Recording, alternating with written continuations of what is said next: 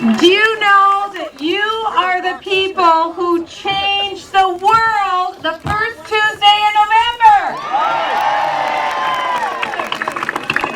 And interestingly, the sun is shining down on us today because you did it. You came out, you rallied, you called, you emailed, you faxed. They wouldn't pick up the phone. You kept it ringing. You kept on keeping on. You were so persistent. You ran for office. You recruited for office. You donated for people running for office. You phone banked. You lip dropped. You leafleted. You persuaded. You brought your friends. You brought your enemies. You brought anyone that you could bring out to the polls.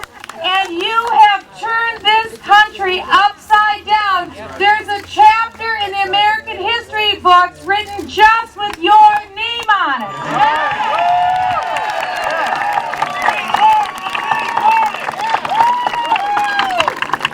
Every year about this time, there's always the stories about who is the man of the year, who is the woman of the year. I want to give my nomination. The Tea Party are the people of the year for 2010. Because the Tea Party is nothing more than recreating the spirit of 1776, and it's alive, and it is walking across the United States, and it's represented here in this Capitol today. We have so much to be thankful for. Americans for Prosperity have been a steady, persistent, faithful friend to all of us. The reason why this movement is so extraordinary and has confounded so many people in the mainstream media is because this is reality. That's right. That's right. This was not AstroTurf. This was not a group of toothless hillbillies from somewhere who had no idea what they were talking about. These weren't angry, hateful people. These are the nicest people you'd ever want to meet. Every time you'd see a rally or a meeting, it resembled a family reunion more than it did the Hatfields and the McCoys, didn't it? As a matter of fact, after one of the rallies here this summer, you couldn't find a piece of litter anywhere here on the National Mall. Not only are you great people, you're neat. I'm so proud of you. But it's because it's emblematic of the fact that you're givers. You're givers. You're not takers. You've been about loving this country, which means loving the people of this country.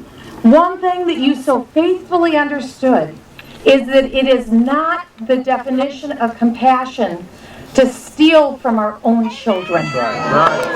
You understood that very well, and I'm so proud of you for doing that. You understood that it more represents a gangster government when government goes in and takes over one private industry after another. Right. Today, to the point where just in this last week we read a headline that said the Chinese government now is looking at buying into government motors going forward.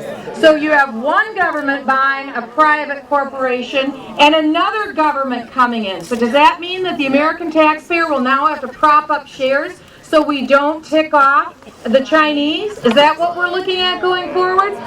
This is insanity economics, insanity politics, and it's not representative of who we are and of this rich, beautiful legacy of 234 years.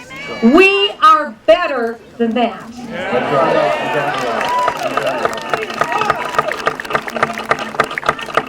And we are better as a country because we have sent in a new bastion of recruits, over 80 strong, who I believe are going to read these bills once they get here. I think they will.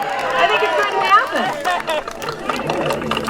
There will be a new sheriff in town, and this sheriff is going to listen to the American people. And if we don't, then you would better turn us out too. Because it's all about fidelity. Fidelity to the Declaration of Independence. That mission statement, the glorious mission statement that told us who we are and who we belong to. We were put here on this earth by a creator. We know that in our declaration. And we know that it wasn't the people behind us in the Capitol who gave us our rights. It was a creator that gave us our rights, not rights that government can give, and not rights that government can take away. Even if they think they can, they cannot. These are inalienable rights that only a creator gives. Life, liberty, and the pursuit of happiness. And we are all created equal before that heavenly magistrate. And to that end, we are here today to remind those who often think that they are our betters, but they are not. They are servants of the people. And we are here to remind them in the waning hours as the shadow falls on Speaker Pelosi's gavel.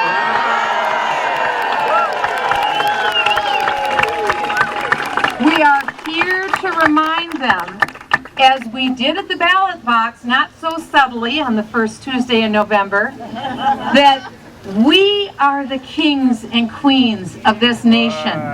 We are the sovereigns, and you serve us and you listen to us. How egregious it would be after the people spoke that they would take it upon themselves to pass more legislation that would bankrupt the nation, that would increase taxes, that in the 6th Congressional District of Minnesota would mean yet $1.2 billion taken away out of the pockets of real people in my district and sent here to the people in Washington, D.C. who spend more than that before they have their morning coffee. I would prefer to see that $1.2 billion left in the hands of people in St. Cloud and Woodbury and Stillwater and the people in your districts all across the country. Leave it where it will do some good.